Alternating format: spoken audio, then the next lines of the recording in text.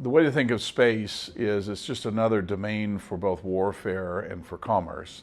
And it truly is the final frontier. I think of it much as you would think of the new frontier 500 years ago, when Spain was sending galleons to the New World. They come back full of gold. Yeah, yeah. Nobody could imagine what it would be today. Here we sit in the New World, and no Spaniard alive would have imagined this. True.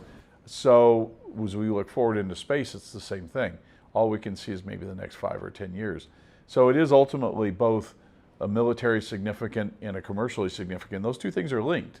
But the way I see space is really the place that's going to be an extension of our economy on the Earth, in the same way that Starlink is now becoming a very important part of our data networks. Sure. Think of it also like Manhattan, if you've been there. And before elevators, you didn't see skyscrapers because nobody had the energy to walk up 99 floors. And so by elevator technology coming along, we expanded the real estate vertically in cities, same here in Houston. And that is essentially what rockets and launch vehicles and satellites are doing, is expanding our ability to do business in space. You know, a question I get all the time where people are asking is the United States ahead of China, or is China ahead of us?